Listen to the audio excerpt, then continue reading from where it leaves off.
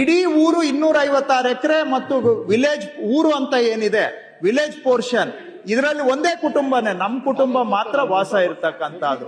53ನೇ ಇಸ್ವಿಯಿಂದ ಇದು ಸಂಪೂರ್ಣವಾಗಿ ನಮ್ಮಲ್ಲಿ ಇರ್ತಕ್ಕಂಥದ್ದು. ಹಾಗಾಗಿ ಸಭಾಧ್ಯಕ್ಷರೇ, ಬೇಕಾದ್ರೆ ನಾನು ಇದನ್ನ ಇನ್ನೂ ರಿಟರ್ನ್ ಸ್ಟೇಟ್ಮೆಂಟ್ ಅನ್ನು ಕೂಡ ಕಳಿಸ್ಕೊಡ್ತೇನೆ, ಟೇಬಲ್ ಮಾಡ್ತೇನೆ.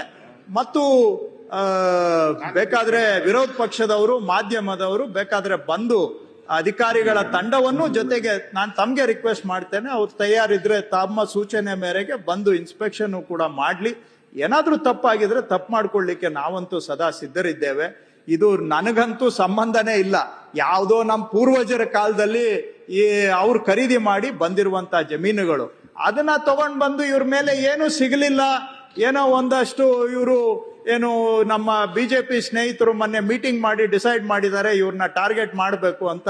ಆ ಟೈಮ್ಗೆ ಯಾರೋ ನಮ್ಮ ಜೊತೆಯಲ್ಲಿ ಅಕ್ಕಪಕ್ಕ ಇರೋರು ಕೂಡ ಇದೆ ನೋಡ್ರಿ ನಿಮ್ಗೆ ಅಂತೇಳಿ ನಮ್ಮವರು ಅಲ್ಲಿ ಅವ್ರು ಮಾತಾಡ್ತಾ ಇದ್ರಂತೆ. ಏನಪ್ಪಾ ನಿಮ್ಮವರು ರೆಡಿ ಆಗ್ಬಿಟ್ಟಿದ್ದಾರೆ ಅಂತ ಕೆಲವರು ನಿಮ್ಮವರು ಹೇಳ್ತಾ ಇದ್ರಂತೆ. ಕೇಳ್ಪಡ್ತೆ ನಾನು ಕೂಡ ಕೆಲವು ಮಾಧ್ಯಮದವ್ರಿಗೂ ಫೋನ್ ಮಾಡಿ ಏನ್ರಿ ಇದ್ರ ಕಡೆ ಗಮನ ಕೊಟ್ಟಿದ್ದೀರಾ ಅಂತ ನಮ್ಮವರು ಕೆಲವು ರಾಜಕೀಯದಲ್ಲಿ ಇದೆಲ್ಲ ರಾಜಕೀಯದಲ್ಲಿ ಸ್ವಲ್ಪ ನಿಷ್ಠುರವಾಗಿ ನಾವೆಲ್ಲ ತಯಾರಾಗಿರ್ಬೇಕು, ಎಲ್ಲದಕ್ಕೂ ತಯಾರಿ. ತಪ್ಪು ನಪ್ಪು ಆಗಿದ್ರೆ ಅದನ್ನ ಸದಾ ತಿದ್ಕೊಳ್ಳಿ.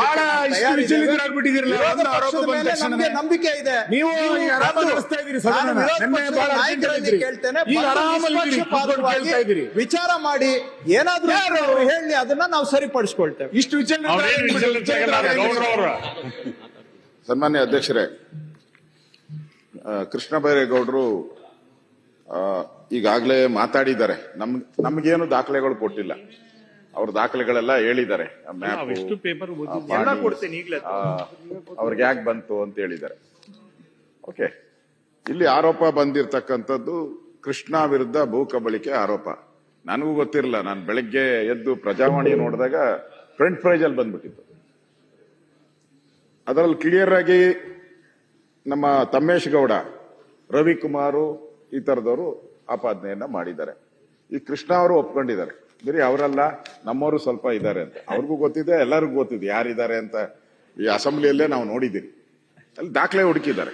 ಇಲ್ಲಿ ನಮಗೆ ಬಹಳ ಇಂಪಾರ್ಟೆಂಟ್ ಆಗಿ ನಾವು ಕೇಳೋವಂಥದ್ದು, ಇಲ್ಲಿ ಅವ್ರು ಹೇಳಿರೋ ಪ್ರಕಾರ ಇದು ಜೋಡಿ ಗ್ರಾಮ ಅಂತ ಒಂದ್ ಕಡೆ ಹೇಳಿದ್ದಾರೆ, ಇನ್ನೊಂದ್ ಕಡೆ ಇನಾಮ್ತಿಯಿಂದ ಬಂದಿದೆ ಅಂತ ಹೇಳ್ತಾರೆ, ಇನ್ನೊಂದ್ ಕಡೆ ಮೈಸೂರು ಮಹಾರಾಜರ ಒಂದು ಪ್ರಾಪರ್ಟಿಯಿಂದ ಇದಾಗಿದೆ ಅಂತ ಹೇಳಿದ್ದಾರೆ.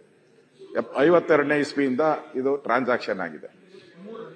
ಇದರಲ್ಲಿ ಆಪಾದನೆ ಬರ್ತಾ ಇರೋವಂಥದ್ದು ಒಂದು ಸರ್ವೆ ನಂಬರ್ 47, ಅದರಲ್ಲಿ ಇದು ಸ್ಮಶಾನ ಅಂತ ಇದೆ ಪಾಣಿಯಲ್ಲಿ. ಸರ್ವೆ ನಂಬರ್ 47ರಲ್ಲಿ ಸ್ಮಶಾನ ಅಂತ ಇದೆ ಅಂತ ಆಪಾದನೆ ಬಂದಿದೆ. ಎರಡನೇದು ಸರ್ವೆ ನಂಬರ್ 46ರಲ್ಲಿ 26 ಎಕರೆ, ಅದರಲ್ಲಿ ಅದು ಕೆರೆ ಅಂತ ಬಂದಿರೋದು. ಎರಡು ಸರ್ವೆ ನಂಬರ್ ಅಲ್ಲಿ ಕೆರೆ ಮತ್ತು ಸರ್ಕಾರಿ ಸ್ಮಶಾನ ಅಂತ ಹೇಳಿ ಬಂದಿರೋವಂಥದ್ದು. ಈಗ ಅವ್ರ ಮೇಲೆ ಆಪಾದನೆ ಬಂದಿರತಕ್ಕಂಥದ್ದು. ಯಾವಾಗ ರೆಗ್ಯುಲರ್ ಪಾಣಿ, ಕೈಯಲ್ಲಿ ಬರೆಯೋ ಪಾಣಿ ಇತ್ತಲ್ಲ, ಅವಾಗ ಇಲ್ಲಿ ತಿದ್ದುಪಡಿ ಕಂಪ್ಯೂಟರೈಸ್ ಪಾಣಿ ಆಗೋ ಸಂದರ್ಭದಲ್ಲಿ ಇದನ್ನ ರೆಗ್ಯುಲರೈಸ್ ಮಾಡ್ಕೊಂಡಿದ್ದಾರೆ. ಹಿಂದೆ ಇದು ಒಂದ್ಸರಿ ಕೆರೆ, ಆಲ್ವೇಸ್ ಅದು ಕೆರೆ ಅಂತಾನೆ, ಒಂದ್ಸರಿ ಸ್ಮಶಾನ, ಅದು ಆಲ್ವೇಸ್ ಸ್ಮಶಾನ ಅಂತ. ಇಲ್ಲಿ ಬಹಳ ಗೊಂದಲ ಕಾಣಿಸ್ತಾ ಇರೋವಂಥದ್ದು. ಇವಾಗ ಕೃಷ್ಣ ಬೈರೇಗೌಡ ಅವರು ಹೇಳ್ತಾ ಇರೋವಂಥದ್ದು, ಇಲ್ಲಿ ನಮ್ಮ ಹತ್ರ ಕೊಟ್ಟಿರುವಂತಹ ದಾಖಲೆಗಳನ್ನು ನೋಡಿದ್ರೆ ಒಂದಕ್ಕೊಂದು ಟ್ಯಾಲಿನೇ ಆಗ್ತಾ ಇಲ್ಲ. ಅದಕ್ಕೆ ಮೂಲತಃ ಏನಿದು, ಮೂಲತಃ ಇದು ಕೆರೆನ ಸ್ಮಶಾನನ, ಬದಲಾವಣೆ ಆಗಿದ್ರೆ ಹೇಗೆ ಬದಲಾವಣೆ. ಮತ್ತೆ ಕೃಷ್ಣ ಅವರು ಹೇಳಿದ್ದಾರೆ ನಾನು ಚರ್ಚೆಗೆ ಸಿದ್ಧ ಅಂತ. ಅದಕ್ಕೂ ತಾವು ಕೂಡ ಇದನ್ನ ಚರ್ಚೆ ಅಲ್ಲ, ತನಿಖೆಗೆ ಸಿದ್ಧ ಅಂತಾನು ಹೇಳಿದ್ದಾರೆ. ಯಾರು ಬಂದ್ಬೇಕಾದ್ರೂ ತನಿಖೆ ಮಾಡಿ ಅಂತ ಹೇಳಿದ್ದಾರೆ. ಅದಕ್ಕೆ ಇದನ್ನ ಆಸ್ ಎ ರೆವಿನ್ಯೂ ಮಿನಿಸ್ಟರ್ ಇವರು ತಪ್ಪೇನೋ ಮಾಡಿಲ್ಲ ಅಂತ ಹೇಳಿದ್ರೆ ಅದಕ್ಕೆ ತನಿಖೆ ಕೊಡ್ಲಿ, ತನಿಖೆ ಮಾಡ್ಲಿ. ಈಗ ಒಬ್ಬ ಜವಾಬ್ದಾರಿ ಇರುವಂತ ಸಚಿವರವರು, ಅದರಿಂದ ಒಂದ್ ಸಣ್ಣ ತನಿಖೆ ಮಾಡಿ ಕ್ಲೀನ್ ಆಗೋಗ್ತೈತೆ, ಕ್ಲೀನ್ ಚಿಟ್ ಬರುತ್ತೆ. ತಪ್ಪಿದ್ರೆ ತಪ್ಪು ಅಂತ ಆಗ್ತೈತೆ, ಸರಿ ಇದ್ರೆ ಸರಿ ಅಂತ ಆಗ್ತೈತೆ. ಅದರಿಂದ ನನಗೂ ಈಗಲೇ ದಾಖಲೆ ಬಂದಿರೋದ್ರಿಂದ ಹೆಚ್ಚು ನನಗೇನು ಇದರಲ್ಲಿ ಮಾಹಿತಿ ಇಲ್ಲ. ಅದಕ್ಕೋಸ್ಕರ ನಾನು ಕೃಷ್ಣ ಅವರು ಇಷ್ಟು ಓಪನ್ ಆಗಿ ಮಾತಾಡ್ತಾ ಇರೋದ್ರಿಂದ ಅವರು ಅದನ್ನ ತನಿಖೆಗೆ ಒಪ್ಪಿಸ್ಬಿಟ್ರೆ ಮುಗೀತು ಅಲ್ಲಿಗೆ. ಸತ್ಯಾಸತ್ಯ ಹಾಲು ಬರ್ತತೆ, ನೀರಾಗುತ್ತೆ. ಅದಕ್ಕೋಸ್ಕರ ನಾನು ನಮ್ಮ ಪಾರ್ಟಿಯಿಂದ ನಾನು ಕೂಡ ಇದನ್ನ ಅವರು ತನಿಖೆಗೆ ಒಪ್ಪಿಸ್ತೇವೆ. ತಾವು ಹೇಳಿದ್ರೆ ತನಿಖೆಗೆ ಒಪ್ಪಿಸಿ, ಅದರಿಂದ ಸತ್ಯಾಸತ್ಯತೆ ಹೊರಗಡೆ ಬರಲಿ. ನಾವು ವಿರೋಧ ಪಕ್ಷದವ್ರು ಹೋಗೋದು ಬೇಡ, ಅವ್ರು ಬಹಳ ಸರಿ ಇರಲ್ಲ ಅದೆಲ್ಲ. ಅದೊಂದು ದೊಡ್ಡ ಶೋ ಮೀಡಿಯಾ ಇದು ಆಗ್ತೈತೆ. ಅದ್ರ ಬದಲು ಬೇಡ, ಮೀಡಿಯಾದವರು ನಾವ್ ಯಾರು ಬರೋದು ಬೇಡ. ನಾವ್ಯಾಕೆ ಹೋಗ್ಬೇಕಲ್ವಾ? ನಾವು ಹಂಗಾಗಲ್ಲ, ನಾವು ಹೋಗಕ್ಕಾಗಲ್ಲ. ನಾವೇನೋ ಬರ್ಬೇಕಂದ್ರೆ ನೀವು ಬರ್ಬೇಕು ನಮ್ ಜೊತೆ, ಅಲ್ಲ ನೀವು ಬರ್ಬೇಕು ನಮ್ ಜೊತೆ, ನಾವು ಹೋಗ್ಬೇಕು ಅಂತಂದ್ರೆ. ಅದಕ್ಕೆ ನೀವು ಬರೋದ್ ಬೇಡ, ನಾವು ಹೋಗೋದ್ ಬೇಡ. ತನಿಖೆ ಮಾಡಿ. ಉಪಾಧ್ಯಕ್ಷರೇ, ಅವರು ಹೇಳಿದ್ದು, ವಿರೋಧ ಪಕ್ಷದ ನಾಯಕರು ಹೇಳಿದ್ದು ಸರಿ ಇದೆ. ಒಂದೇ ತಮಗೆ ಸ್ಪಷ್ಟೀಕರಣ ಅಷ್ಟೇ. ಕೆರೆ ಸರ್ವೆ ನಂಬರ್ 48ರಲ್ಲಿ ಕೆರೆ ಇದೆ. ಕೆರೆ ನಾವೇ ಹೂಳೆತ್ತಿ ನಾವೇ ಕೆರೆ ಸಂರಕ್ಷಣೆ ಮಾಡಿ ಭದ್ರವಾಗಿ ಇಟ್ಕೊಂಡಿದ್ದೇವೆ. ಯಾಕಂದ್ರೆ ನಮಗೂ ಕೆರೆ ಬೇಕು. ಆ ಕೆರೆ ಸರ್ಕಾರದ ಹೆಸರಿನಲ್ಲೇ ಇದೆ, ಸರ್ಕಾರದ ಹೆಸರಿನಲ್ಲೇ ಇದೆ. ನಮ್ಗೆ ಕ್ರಯದಲ್ಲಿ ಬಂದಿದ್ರೂ ಕೂಡ ಕೆರೆ ಸರ್ಕಾರದ ಹೆಸರಿನಲ್ಲೇ ಇದೆ, ಸ್ಪಷ್ಟವಾಗಿ ಹೇಳ್ತಾ ಇದ್ದೇನೆ. ಸೊ ದಟ್ ಈಗ ಆರೋಪ ಬಂದಿರೋದೇನು? ಕೆರೆ ನಿಮ್ಮ ಹೆಸರಲ್ಲಿ ಇದೆಯಾ ಅದ್ರ ಪಾಣಿನಲ್ಲಿ? ಇಲ್ಲ ಹೇಳ್ತೀನಿ ಕೇಳಿಸ್ಕೊಂಡ್ಬಿಡಿ. ಸರಿ, ಆರೋಪ ಬಂದಿದ್ದೇನು ಹೇಳ್ತೀನಿ. ಅಲ್ಲ, ಒಂದ್ ನಿಮಿಷ, ಅವ್ರು ಹೇಳಿದಕ್ಕೆ ಹೇಳ್ಬಿಡ್ತೇನೆ. ನೀವ್ ಹೇಳಿದಕ್ಕೂ ಒಪ್ತೀನಿ ನಾನು ಯಾವ್ದಕ್ಕೂ. ನೀವೇನು ನಾಯಕರು ಹೇಳಿದಾರೆ ನಾನು ಅಗ್ರೀಡ್. ಅದ್ ಹೇಳೋದಕ್ ಮೊದಲು ಸ್ಪಷ್ಟೀಕರಣ ಕೊಟ್ಬಿಡ್ತೇನೆ. 40 ಸರ್ವೆ ರಾಮನ್ ಲೆಕ್ಕ ಯಾವ್ದು, ಕೃಷ್ಣನ್ ಲೆಕ್ಕ ಯಾವ್ದು ಅಂತ ಬೇಕಷ್ಟೇ. ಅದು ನಿನ್ನ ಹತ್ರ ಮಾತ್ರಪ್ಪ, ನಮ್ಮ ಹತ್ರ ಇಲ್ಲ, ಒಂದೇ ಲೆಕ್ಕ. ಸರ್ವೆ ನಂಬರ್ 48ರಲ್ಲಿ ಕೆರೆ ಇದೆ, ಕೆರೆ ಸಂರಕ್ಷಿತವಾಗಿದೆ, ಕೆರೆಯಲ್ಲಿ ನೀರು ಕೂಡ ಇದೆ, ಕೆರೆಯಲ್ಲಿ ನೀರು ಕೂಡ ಇದೆ. ಸೊ 2 ಕೆರೆಗಳಿದಾವೆ ನಮ್ಮ ಜಮೀನಲ್ಲಿ. ನಾನೇ ಹೇಳ್ತಾ ಇದ್ದೇನೆ, 2 ಕೆರೆಗಳು 1 ಇಂಚು ಕೂಡ ಹೆಚ್ಚು ಕಮ್ಮಿ ಆಗದಾಗೆ ನಾವು ಆ ಕಾಲದಿಂದನೂ ಇತ್ತೀಚೆಗೆ ಕೂಡ ಹೂಳೆತ್ತಿ ಕೆರೆ ಆಳನೂ ಕೂಡ ಮಾಡ್ಕೊಂಡಿದೀವಿ. ಯಾಕಂದ್ರೆ ನೀರು ಇದ್ರೆ ನಮ್ಗೆ, ನಾವೆಲ್ಲ ಡ್ರೈ ಲ್ಯಾಂಡ್ ಅಲ್ಲಿ ಇರುವಂತವ್ರು ಅಧ್ಯಕ್ಷರೇ. ಇದು 48, 47 ಬಂದಾಗ ಏನಂದ್ರೆ ಅದು ಕೆರೆಗಿಂತ ಮೇಲೆ ಇದೆ, ಕಲ್ಲುಗುಟ್ಟಗಳು ಇರುವಂತಹದ್ದು. ಅದೇನಾಗಿದೆ, ಅದು ಇದೆ. ಕೆರೆ ಈ ಕೋಡಿ ಪಕ್ಕದಲ್ಲಿ 1 ಎಕರೆ ಸ್ಮಶಾನ ಅಂತ ಬರೀ ಪ್ರತಿ ಪುಸ್ತಕದಲ್ಲಿ ಬರೆದಿದ್ದಾರೆ. ಅದು ಆಕಾರ ಬಂದಲ್ಲಿ ಇಲ್ಲ, ಟಿಪ್ಪಣಿಯಲ್ಲಿ ಇಲ್ಲ, RTCಯಲ್ಲೂ ಇಲ್ಲ. ಪ್ರತಿ ಪುಸ್ತಕ ಅಂತ ಒಂದು ಇರುತ್ತೆ. ಆ ಪ್ರತಿ ಪುಸ್ತಕದಲ್ಲಿ 64ನೇ ಇಸ್ವಿಯಲ್ಲಿ ಮಾತ್ರ 1 ಎಕರೆ ಸ್ಮಶಾನ ಅಂತ ಬರ್ದಿದ್ದಾರೆ. ಸದ್ಯ ಈಗ ಸ್ಮಶಾನಕ್ಕೆ ಬಿಟ್ಕೊಡ್ಬೇಕು ಅಂದ್ರೆ ಬಿಟ್ಕೊಡ್ತೀವಿ. ಅದು ಏನು ಈಗ ಅದಕ್ಕೆ ಏನು 1 ಎಕರೆ ನಮ್ಗೆ ಯಾವ ಲೆಕ್ಕ ಅಲ್ಲಿ? ಅದು ಎಲ್ಲಿ ರಿಮೋಟ್ ಅಲ್ಲಿ ಇರೋದು ಅಂತ ಅದು ಅಧ್ಯಕ್ಷರೇ. ಅದಕ್ಕೆ ಏನು ಅಷ್ಟು ಇಷ್ಟು ಅಂತೇಳಿ, ಅಯ್ಯೋ ಈ ಒಳ್ಳೆ ಕತೆ ನಮ್ಗೆ ಅದನ್ನಿಂದ. ಆಮೇಲೆ ಈಗ 48 ಕೆರೆ ಪಕ್ಕದಲ್ಲಿ ಕಲ್ಲುಗುಟ್ಟ ಅನ್ನುವಂತಹದ್ದು, ಅದರಲ್ಲಿ 20 ಎಕರೆ ಇದೆ. ಅದು ಕಲ್ಲುಗುಟ್ಟ ಅಂತ ಬರ್ದಿದ್ದಾರೆ. RTCಯಲ್ಲಿ ಕೆರೆ ಅಂತ 1 ವರ್ಷ ಬರ್ದಿದ್ದಾರೆ. 1 ವರ್ಷ ಏನ್ ಕೇಳಿಸ್ಕೊಳ್ಳಿ ದಯವಿಟ್ಟು. ಈ ಯಾವ್ದು ಆರೋಪ ಬರ್ತಾ ಇದೆಯಲ್ಲ, ಆ ಸರ್ವೆ ನಂಬರು 1 ವರ್ಷದಲ್ಲಿ ಕೆರೆ ಅಂತ RTCಯಲ್ಲಿ ಬರ್ದಿದ್ದಾರೆ. ಆದ್ರೆ ಸರ್ವೆ ಡಾಕ್ಯುಮೆಂಟ್ ಅಲ್ಲಿ ಕ್ಲಿಯರ್ ಆಗಿದೆ ಅದು ಕಲ್ಲುಗುಟ್ಟ ಅಂತ. ಸರ್ವೆ ಡಾಕ್ಯುಮೆಂಟ್ ಅಲ್ಲಿ ಕ್ಲಿಯರ್ ಆಗಿದೆ ಕಲ್ಲುಗುಟ್ಟ ಅಂತ.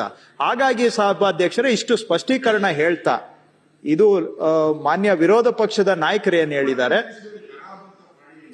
ಅದೇ ಕಲ್ಲುಗುಟ್ಟ ಪಕ್ಕದಲ್ಲಿ ಖರಾಬ್ ಅಂತ ಬರ್ದಿದ್ದಾರೆ. ಬಟ್ ಸರ್, ಇಷ್ಟೂ ಲ್ಯಾಂಡು ನಾವು ಪರ್ಚೇಸ್ ಮಾಡಿರೋದು, ಇನ್ಕ್ಲೂಡಿಂಗ್ ಖರಾಬು ಎಲ್ಲ ಸೇರಿ. ಆಗ್ಲೇ ಅದನ್ನೇ ನಾನು ಓದಿ ಹೇಳಿದ್ದು, 82 acres ಅನ್ಕಲ್ಟಿವೇಬಲ್ ಲ್ಯಾಂಡ್. ಅನ್ಕಲ್ಟಿವೇಬಲ್ ಲ್ಯಾಂಡ್ ಅಂದ್ರೆ ಸರ್ವೆ ರೆಕಾರ್ಡ್ಸ್ ಪ್ರಕಾರ ಅನ್ಅಸೆಸ್ಡ್ ಲ್ಯಾಂಡ್. ಅದರಲ್ಲಿ ಕೆರೆ, ಖರಾಬು ಎಲ್ಲ ಸೇರ್ಕೊಳ್ತದೆ. ಅದೂನು ಮಹಾರಾಜರು ಸೇಲ್ ಡೀಡ್ ಮಾಡಿ ಕೊಟ್ಟಿರುವಂತಹದ್ದು ನಮ್ಗೆ, ಇನ್ಕ್ಲೂಡಿಂಗ್ ಅನ್ಕಲ್ಟಿವೇಟೆಡ್ ಲ್ಯಾಂಡ್. ಕೆರೆ ಇದೆಲ್ಲ ಕಲ್ಲುಗುಟ್ಟ ಸೇರ್ಕೊಂಡು ನಮ್ಗೆ, ಅಂಡ್ ಊರುನು ನಾನ್ ಅಗ್ರಿಕಲ್ಚರ್ ಲ್ಯಾಂಡೇ, ಅದನ್ನು ನಮ್ಗೆ ಕ್ರಯ ಮಾಡಿಕೊಟ್ಟಿದ್ದಾರೆ. ಆದಾಗ್ಯೂ ಕೂಡ ಸಭಾಧ್ಯಕ್ಷರೇ, ಇದು ನನ್ನ ಕಾಲಕ್ಕಂತೂ ಸಂಬಂಧನೇ ಇಲ್ಲ. 53ನೇ ಇಸ್ವಿಯಲ್ಲಿ ನಮ್ಮ ತಾತನವ್ರು ತಗೊಂಡಿದ್ದು, ನಮ್ಮ ಚಿಕ್ಕಪ್ಪನವರು ವ್ಯವಸಾಯ ಯಜಮಾನ್ತನ ಮಾಡ್ತಾ ಇದ್ದವರು, ನಮ್ಮ ತಂದೆಯವರು, ಅವರಾದ್ಮೇಲೆ ವಿಭಾಗ ಆಗಿ ನಮ್ಗೆ ಬಂದಿರುವಂತಹದ್ದು. ಈಗ ನಮ್ಮ ಪೀರಿಯಡ್ ಅಲ್ಲಂತೂ ಏನೇನೂ ಆಗಿಲ್ಲ. ಅಷ್ಟಕ್ಕೂ ಕೂಡ ಮಾನ್ಯ ಸಭಾಧ್ಯಕ್ಷರು, ಕೊನೆಗೆ ನಾನು ಮನವಿ ಮಾಡುವಂತಹದ್ದು, ತಾವು ವಿರೋಧ ಪಕ್ಷದ ನಾಯಕರ ಸಲಹೆಯನ್ನ ತಗೊಳ್ಳಿ.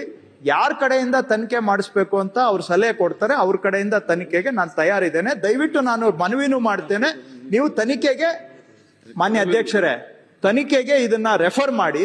ಯಾರ ಕಡೆಯಿಂದ ತನಿಖೆ ಮಾಡಿಸ್ಬೇಕು ಅಂತ ನಮ್ಮ ಸಭಾ ನಾಯಕರು ವಿರೋಧ ಪಕ್ಷದ ನಾಯಕರು ಇಬ್ಬರದ್ದು ಸಲಹೆ ತಗೊಂಡು ಯಾರ ಕಡೆಯಿಂದ ಮಾಡಿಸ್ಬೇಕು ಅವ್ರಿಗೆ ರೆಫರ್ ಮಾಡಿ ಸಭಾಧ್ಯಕ್ಷರೇ. ಏನು ತೊಂದರೆ ಇಲ್ಲ, ನಾವೆಲ್ಲದಕ್ಕೂ ತಯಾರಿ. ಅಲ್ಲ, ಅದ್ರಲ್ಲಿ ಏನಾದ್ರು ನನ್ನ ಪೀರಿಯಡ್ ಅಲ್ಲಂತೂ ನೀವು zero. ಈಗ ಒಂದ್ ಎಕರೆ ವಾಪಸ್ ಒಂದೇ ಒಂದ್ ಕೊಡ್ತೀನಿ ಅಂತ sentence ಹೇಳಿದ್ರೆ ಹೇಳ್ತೀನಿ. ನಾವು ಒಪ್ಪೋದಾದ್ರೆ- ತಪ್ಪು ಒಪ್ಕೊಂಡಾಗ ಆಗ್ತೈತೆ ಇದು. ಆ? ನೀವು ವಾಪಸ್ ಕೊಡ್ತೀನಿ ಅಂತ ಹೇಳಿದ್ರೆ ಅಯ್ಯೋ ತಪ್ಪು ಸರ್ ಒಪ್ಕೊಂಡಾಗ ತಗೊಳ್ಳಿ ಆಗ್ತೈತೆ. ಬಿಡಿ ಸರ್, ಏನು ನಾನು ಅಲ್ವಾ? ಏನು ನೀವೇ ಸಭಾಧ್ಯಕ್ಷರೇ ಪರ್ಣಣ್ಣ, ಒಂದ್ ನಿಮಿಷ, ಪರ್ಣಣ್ಣ ಒಂದೇ ನಿಮಿಷ. ಅವ್ರು ಒಂದ್ ನಿಮಿಷ. ಅವ್ರು ನಿಮಿಷ, ಒಂದ್ ನಿಮಿಷ.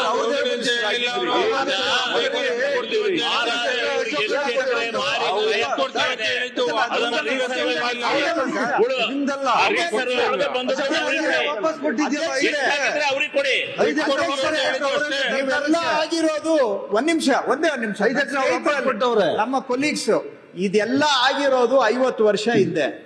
ನನ್ನ ಅವಧಿಯಲ್ಲಿ ನ- ಮಾನ್ಯ ನಾಯಕರು ಎಲ್ಲರೂ ಕೇಳಿಸ್ಕೊಳ್ಳಿ, ನನ್ನ ಅವಧಿಯಲ್ಲಿ ಒಂದು ಮಿಲಿಮೀಟರ್ ಗೆರೆನೂ ಕೂಡ ಇದರಲ್ಲಿ ಯಾರು ಏನು ಆಗಿಲ್ಲ. 1 ಮಿಲಿಮೀಟರ್ ಗೆರೆ ಅಷ್ಟು ನನ್ನ ಅವಧಿಯಲ್ಲಿ ಏನು ಆಗಿಲ್ಲ. ಸೊ ನನಗೆ ಯಾಕೆ ಮುಚ್ಚು ಮರೆ?